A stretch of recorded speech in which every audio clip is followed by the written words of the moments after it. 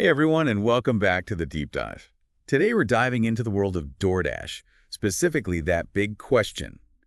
Can you really make $500 a week dashing? Hmm.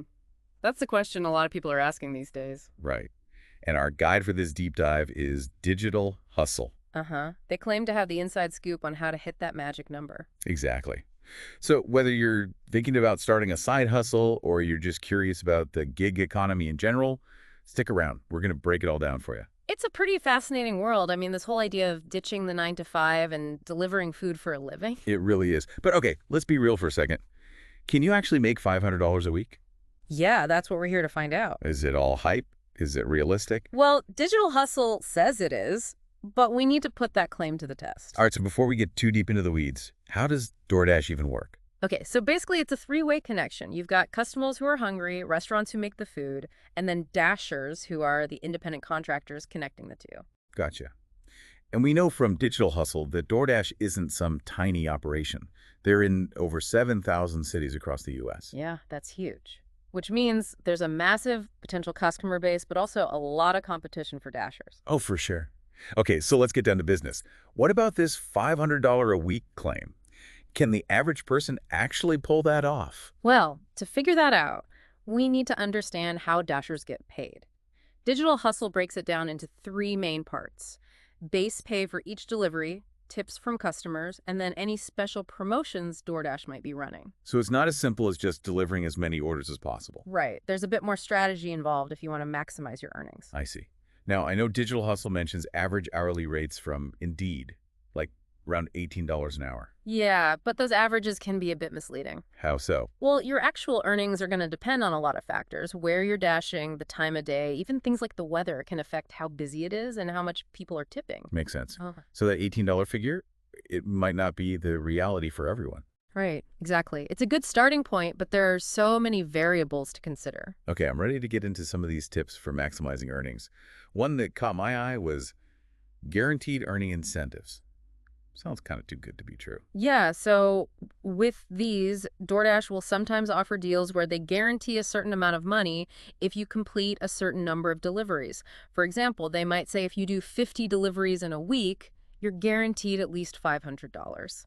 Interesting. So even if your individual deliveries don't quite add up, DoorDash tops you off to hit that guaranteed amount. So it takes away some of the uncertainty, but is there a catch?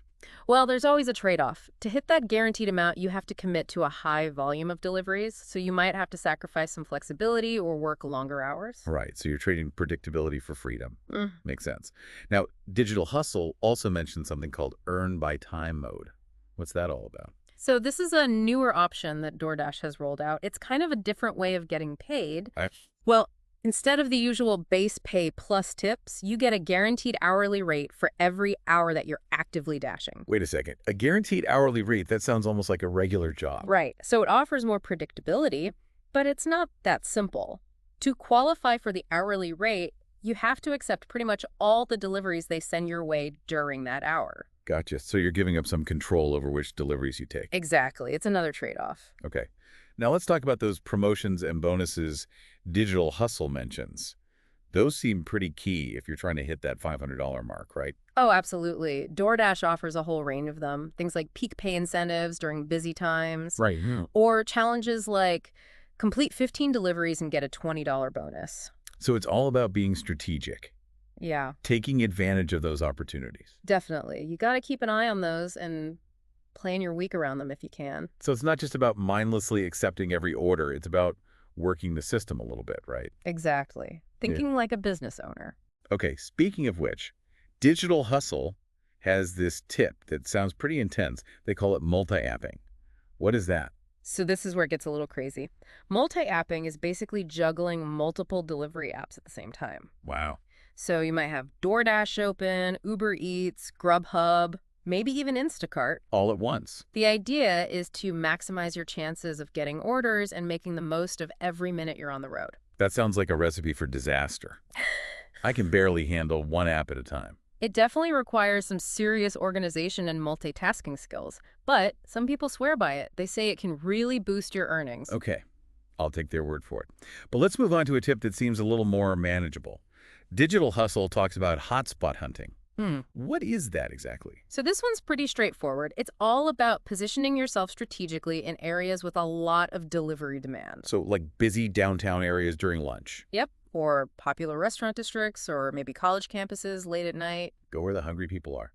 But how do you actually find these hotspots? Well, DoorDash actually highlights some of them in the app itself, which is helpful. Oh, okay. And there are also online forums and communities where Dashers share tips and info about the best places to work in their cities. So it's kind of a combination of in-app tools and community knowledge. All right. All right, what's next? So Digital Hustle also recommends accepting group orders whenever possible. Oh, yeah. What are those? So those are basically bundled orders from the same restaurant, either going to different people in a group or along a similar route. So it's about minimizing drive time and getting more deliveries done in an hour. Exactly. Yeah. Efficiency is key. Okay, this next one seems obvious, but it's probably worth mentioning. Digital Hustle talks about working during peak hours and weekends. Right. So lunch and dinner rushes, Friday and Saturday nights, those are prime time for food delivery. Yeah, makes sense. More people ordering means more earning potential for Dashers, right? Exactly. But those are also the busiest times. Right, so more competition too. Exactly. More customers and more Dashers all vying for those orders. So that brings us to tip number 8 in Digital Hustle, which is order selectivity. What do they mean by that? So it's not just about accepting every single order that pops up. You can be more strategic about which ones you take. Okay, so like maybe there's a restaurant you have a good relationship with. Yeah. One that always gives good tips. Exactly. Or maybe you know a certain neighborhood really well and you can make deliveries there super quick. Right. So the idea is to prioritize the orders that are going to make you the most money for your time. Gotcha. It's all about being intentional. Yeah. Treating DoorDash like a business, not just a random gig. Okay, what about this on-the-way-home strategy they talk about? Ah, yes. This one's all about squeezing in those extra deliveries whenever you can. So let's say you're already out running errands Yeah. and you're heading home. Right. If a delivery request pops up that's along your route, why not grab it and make a little extra cash? Exactly. Even one extra delivery here and there can add up over time. I like that. Okay, what about this market testing tip? Sounds kind of scientific. Well, it's all about being proactive and figuring out what works best in your city. So try dyeing in different areas at different times, different days of the week. You might be surprised what you find. Interesting. Maybe there are hidden gems out there with high demand and not as much competition. Exactly. All right, let's talk about customer service for a minute. Yeah.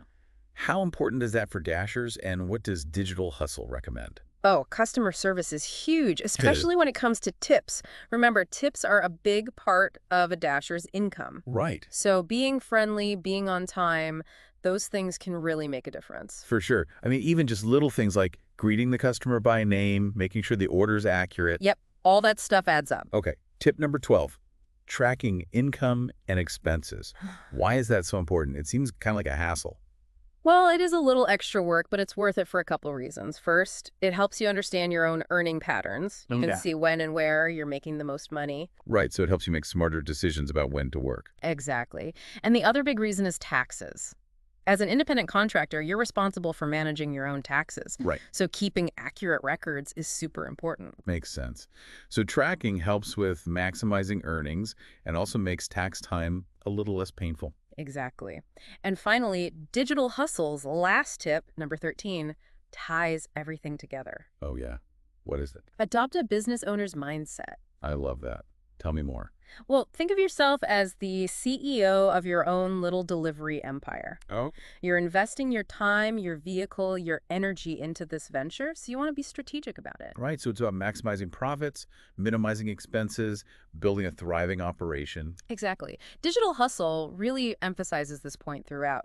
Success as a Dasher isn't just about luck. It's about putting in the work. Right. The strategy, the effort. Right, so we've talked a lot about how DoorDash works and some pretty savvy tips for making money.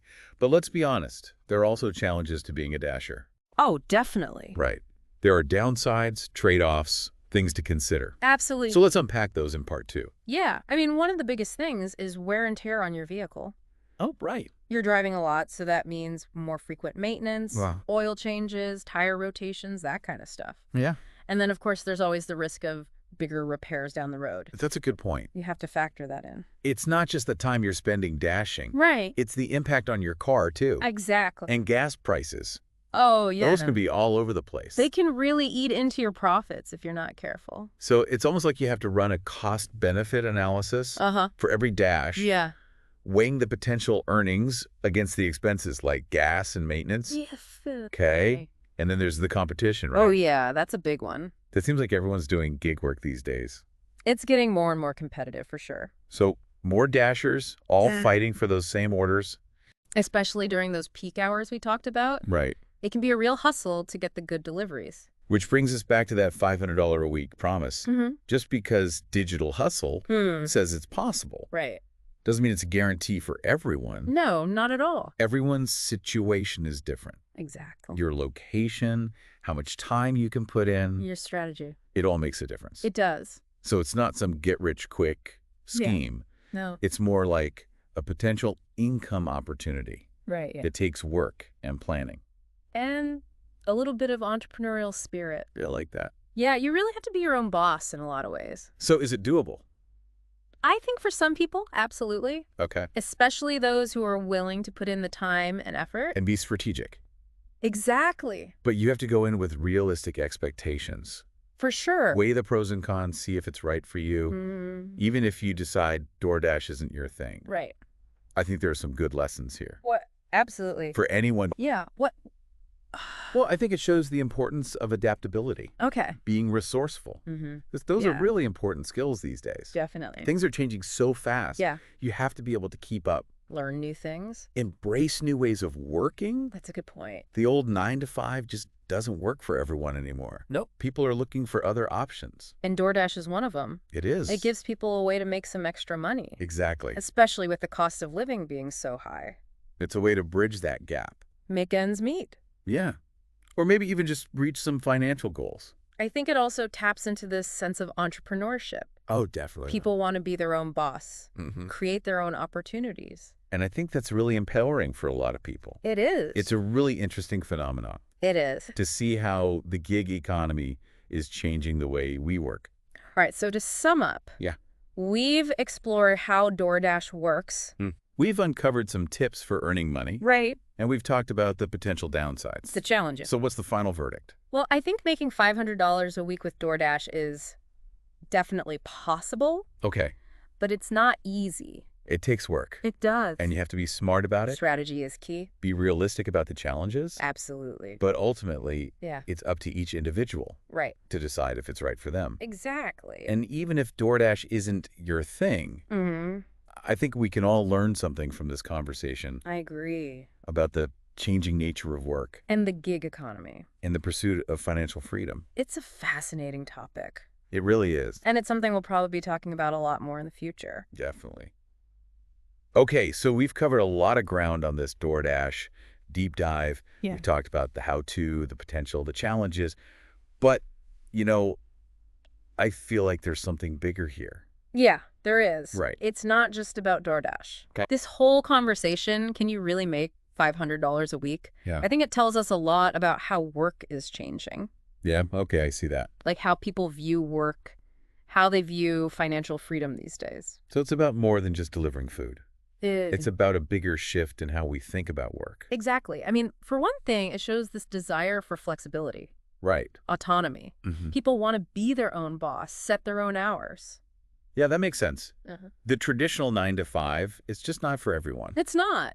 People want more freedom. They do. And I think it also highlights this need for extra income. Oh, absolutely. Right. Like the cost of living keeps going up. Wages aren't always keeping pace. So people need ways to make ends meet. Right. Or maybe just reach some financial goals they have. Exactly. And, you know, I also think it speaks to this sense of entrepreneurship, Oh, yeah. this hustle, Yeah. this willingness to create opportunities, Definitely. especially in an economy that's, you know, constantly changing. It's a really fascinating thing to see how this is all unfolding. It is. So as we kind of wrap up this deep dive, what's the one big takeaway you want listeners to walk away with? I think it's this. Earning $500 a week with DoorDash, it's possible, but it's not a given. Right. You have to put in the work, you have to be strategic, you have to understand the challenges. That's not passive income. No. It's a hustle. It is, and it Awesome. takes planning, dedication, a bit of that business savvy. Well said. And, beyond just the money aspect, I think this deep dive has given us a lot to think about. Oh, yeah, The future of work, financial freedom, all of that. the big conversation. It is. So thank you for joining us on this journey into the world of DoorDash and the gig economy. Yeah, thanks for listening. We hope you learned something new, gave some insights, maybe you've got some ideas for your own side hustle. Maybe we'll see you out there dashing. That's right. Yeah. But for now, we're signing off. Until next time, keep exploring, keep learning, and keep diving